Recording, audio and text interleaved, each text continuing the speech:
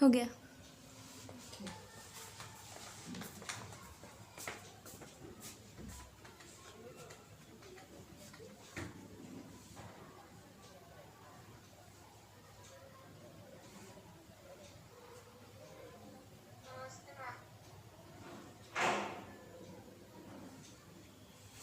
नमस्ते बच्चों।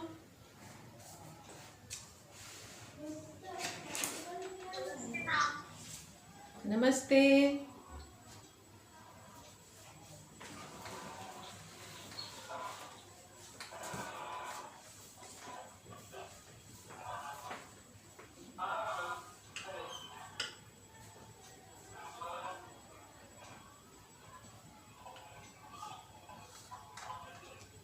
कहाँ से आवाज आ रही है? आवाज बंद करो।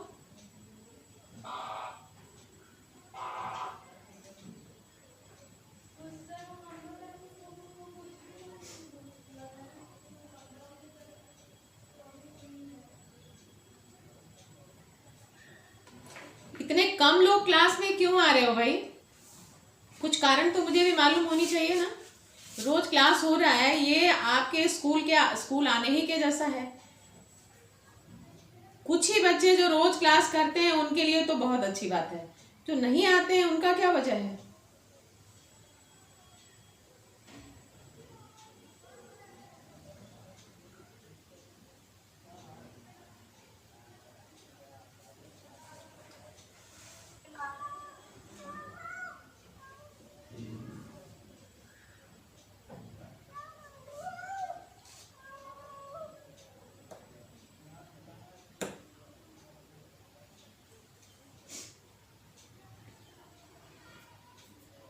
पिछला पाठ धर्म की आड़ हमने समाप्त कर लिया है ना। मैम अब हम संचयन से दिए जल उठे करें। संचयन से दिए जल उठे।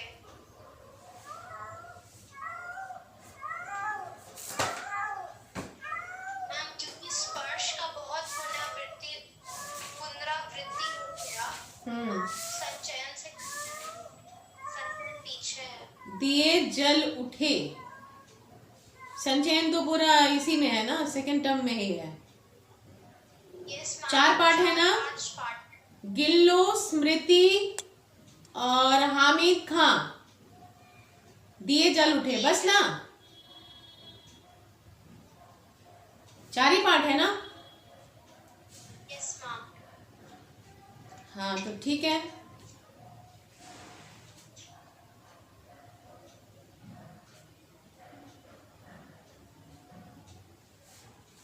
दिए जल उठे, चलिए वही पढ़ते हैं।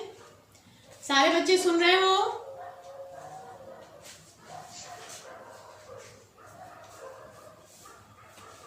Yes ma'am.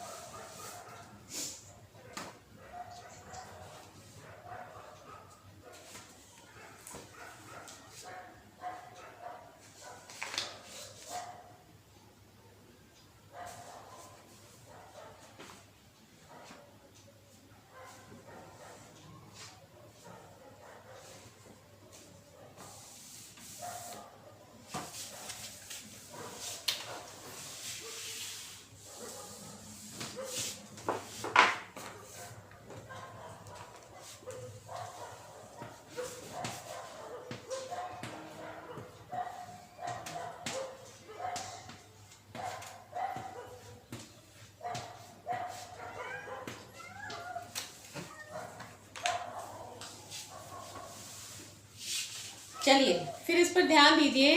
पाठ की रूपरेखा, आप अपने साथ एक रफ कॉपी और पेंसिल जरूर रखिए। कुछ भी जरूरत पड़े या आपको लगे कि हाँ ये नोट कर लेने के बाद है तो आप उसको नोट कर लीजिएगा, ठीक है ना। मैं नोट करने के लिए कुछ नहीं कह रही हूँ, लेकिन करते जाइए। अब पाठ की रूपरेखा देखिए आप। दिए जल उठे स्वतंत्रता संग्राम से संबंधित संस्मरण है। किससे संबंधित है? स्वतंत्रता संग्राम से। हम सभी जानते हैं कि हमें किस कीमत पर देश की आजादी मिली है। इस पाठ का यह अंश महात्मा गांधी की दांडी यात्रा पर आधारित है।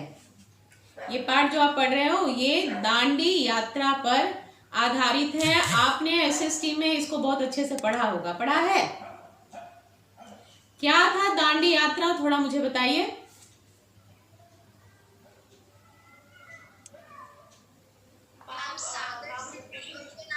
नियम को तोड़ने के लिए महात्मा गांधी ने दांडी मार्च किया था। क्या नियम तोड़ने के लिए?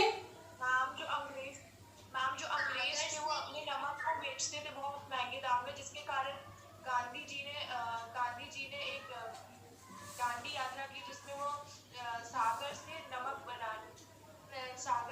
बनाने का प्रयास किया। अच्छा, उन्होंने नमक बनाया और पहले था कि भारतीय कोई भी नमक नहीं बना सकता था सागर से, और गांधी नमक बनाकर इस नियम को तोड़ दिया। अच्छा, तो सागर से नमक अपने लिए, अपने देश के लिए स्वयं बनाकर अंग्रेजों के द्वारा बनाए हुए कानून को तोड़ा था। ठीक है। इस पाठ में लेखक ने 19 मार्च 1930 के दिन घटित घटनाओं का वर्णन किया है। ठीक है।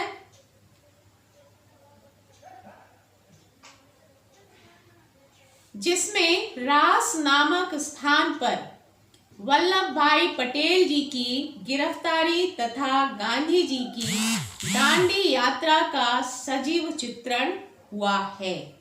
सजीव चित्रण का क्या मतलब है कि उसमें और एडिटिंग कुछ भी नहीं है। ठीक है। जो वहां हुआ है एकदम हूबहू उसी का वर्णन किया गया है। घनी अंधेरी रात में गांधी जी को नाव से महिसागर नदी पार कराने के लिए लोगों ने क्या किया, इसका अद्भुत वर्णन पाठक को हतप्रभ कर देता है। यानी कि हम लोग अब जो सोच ही नहीं सकते, मतलब हमारी जानकारी में ऐसी बातें नहीं है। हम में से कौन बैठा हुआ है जो किस तरह हमारा देश आजाद हुआ, एक एक बात उसका जान ले। जैसे अभी मोबाइल को ऑपरेट करने के लिए हर एक की को पहचानना जरूरी होता है ना। उसको उसके हर नियम को जानना जरूरी होता है, क्योंकि उसका हम उपयोग कर रहे हैं। अगर नहीं जानते तो नहीं कर पाएंगे। लेकिन आजादी हमको मिल गई है तो हम इसका उपभोग कर रहे हैं, मजे कर रहे हैं। लेकिन ये जानने की जरूरत हमने नहीं समझी कि आजादी हमें कैसे मिली है। दांडी मार्च के बारे में हम सभी जान पाते हैं अच्छे से, हमने उसकी जरूरत नहीं समझी। हमने सुन लिया है नील की खेती, दांडी मार्च, ये सब हमने सुन लिया है। यहाँ पर कैसा उत्पीड़न का माहौल था और कितना विरोध करना पड़ा, कितना बलिदान देना पड़ा, ये सब जानने की जरूरत हमने नहीं समझी है, क्योंकि रोज रोज की जिंदगी में उससे हमारा कुछ काम नहीं पड़ता। तो हर भारतीय का ये फर्ज है, उनका दायित्व है कि हम उन सभी परिस्थितियों को जरूर जानें कि क्या कुछ बीत चुका है हमारे देश के साथ, ताकि हम सचेत रहें, आगे ऐसा कुछ ना होने पाए। वास्तव में पाठ का यह अंश अपनी जीवंतता और रस से पाठकों के हृदय को भर देता है, यदि आप ध्यान से सुनते पढ़ते हो तो। अब चलो कुछ भागों में बांटकर इसे मैं आपको बताती हूँ। दांडी यात्रा की तैयारी व वल्लभ भाई पटेल की गिरफ्तारी, पहला पॉइंट है। लेखक मधुकर उपाध्याय कहते हैं कि दांडी यात्रा की तैयारी के सिलसिले में वल्लभ भाई पटेल 7 मार्च को रास पहुंचे। रास क्या है? एक रास क्या है? स्थान है। वहां उन्होंने लोगों के निवेदन पर 2 शब्द कहना स्वीकार किया। 2 शब्द कहने का मतलब होता है गागर में सागर। ठीक है ना। 2 शब्द तो हुआ भाइयों नमस्कार, 2 ही शब्द हुआ। लेकिन ये भाइयों नमस्कार नहीं है, ये गागर में सागर भरना है।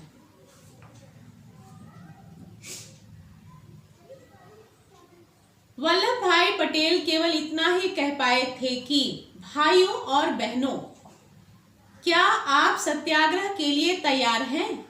तभी मजिस्ट्रेट ने निषेधाज्ञा लागू कर दी और सरदार पटेल को गिरफ्तार कर लिया। इन्हें स्थानीय कलेक्टर शिलीड के आदेश पर गिरफ्तार किया गया था। बोरसद की अदालत में पटेल ने अपना अपराध स्वीकार कर लिया। जज ने सरदार पटेल पर 500 रुपए जुर्माना लगाया तथा 3 महीने की जेल की सजा सुनाई। गांधी जी को हाँ क्या नहीं सुन पा रहे हो मुझे?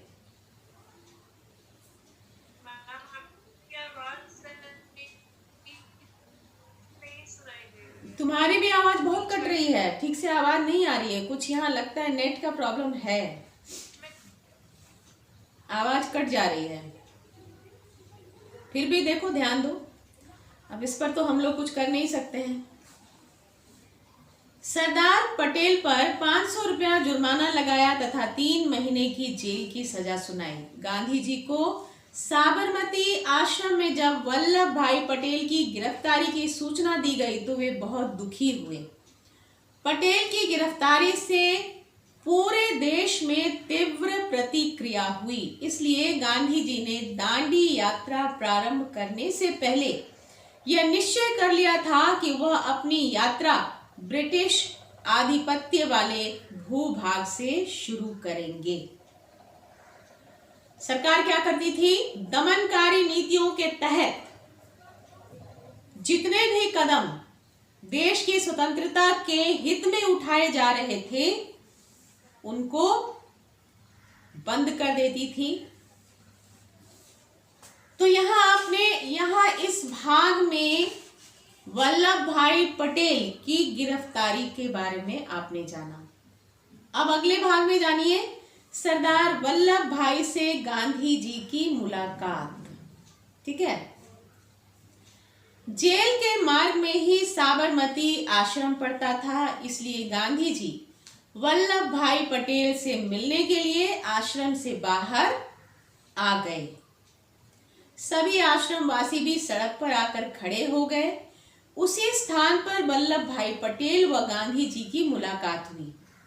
इसको कुछ क्षण की मुलाकात के बाद ही सरदार वल्लभ भाई पटेल ने कार में बैठते हुए कहा, मैं चलता हूं, अब आपकी बारी है। यानी कि मुझे तो गिरफ्तार कर लिया गया है, अब आप संबंधित जो भी कदम उठाएंगे आपकी भी गिरफ्तारी होगी। काम रुके नहीं, सावधानी पूर्वक किया जाना चाहिए। अब जब पटेल की गिरफ्तारी हो जाती है तो पूरे देश की क्या प्रतिक्रिया होती है? सरदार वल्लभ भाई पटेल की गिरफ्तारी के कारण लोगों में स्वाभाविक रूप से तीखी प्रतिक्रिया हुई थी।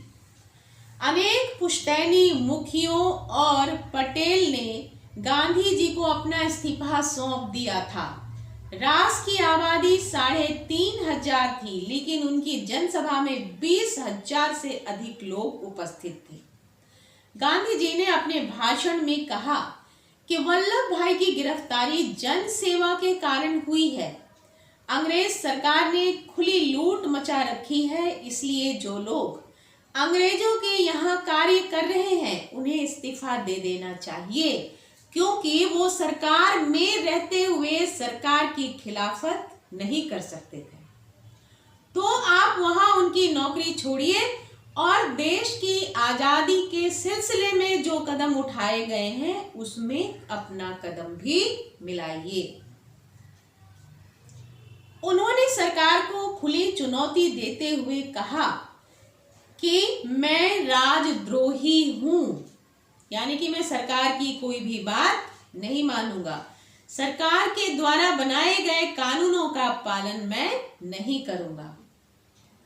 मैं इसे अपना धर्म मानता हूं, इसके लिए मुझे काला पानी या फांसी की सजा मिलनी चाहिए।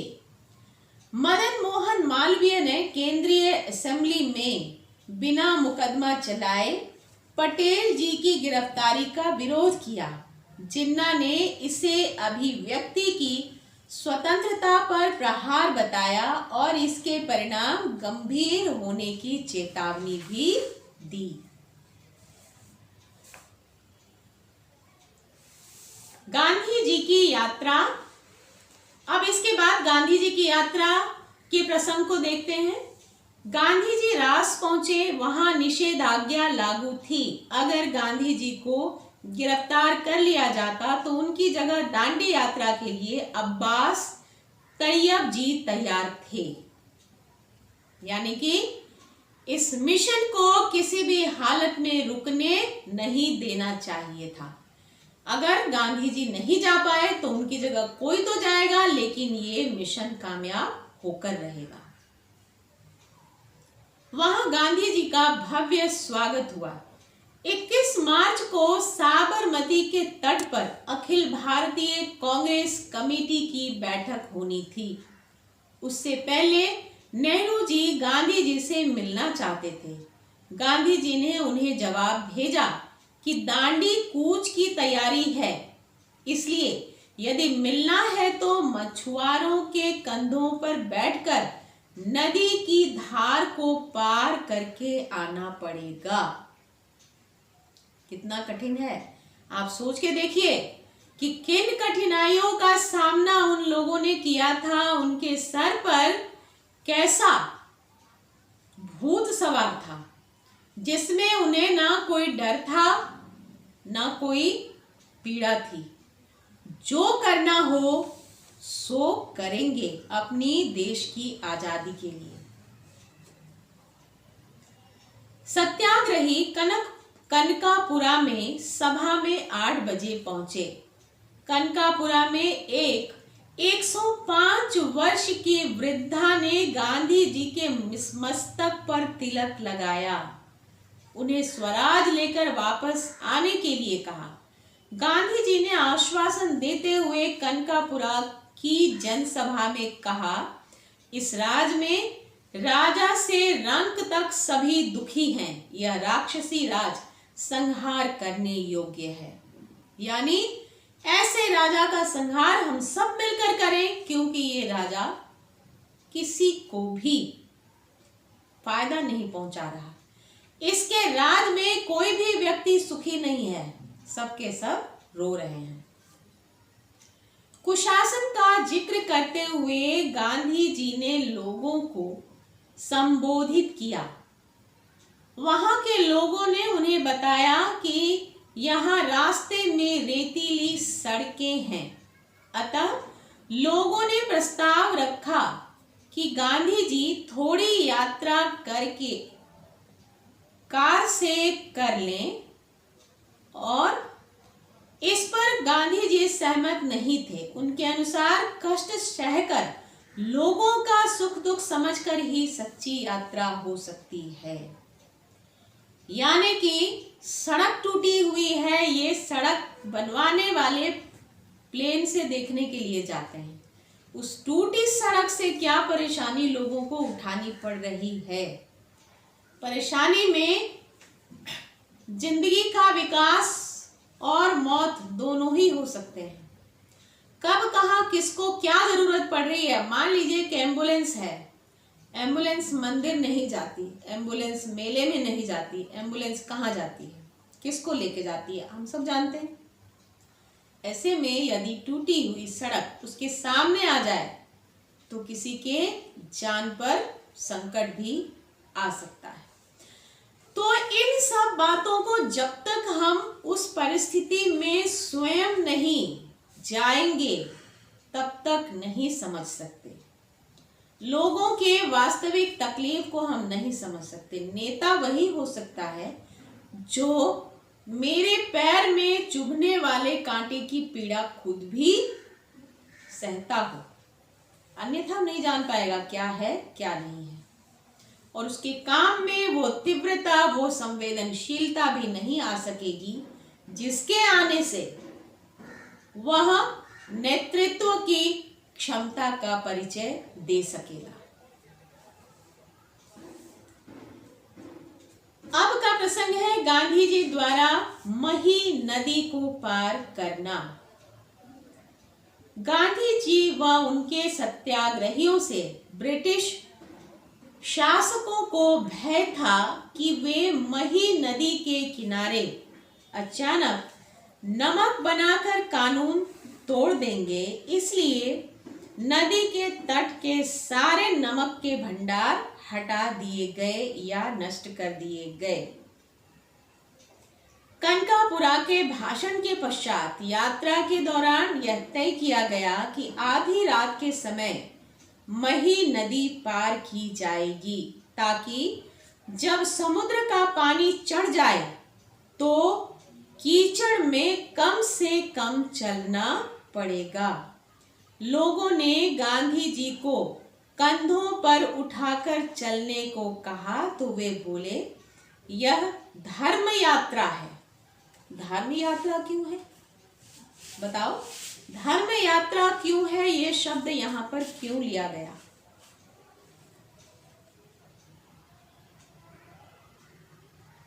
आप जवाब देने की कोशिश करिए। अधर्म के खिलाफ लड़ाई थी।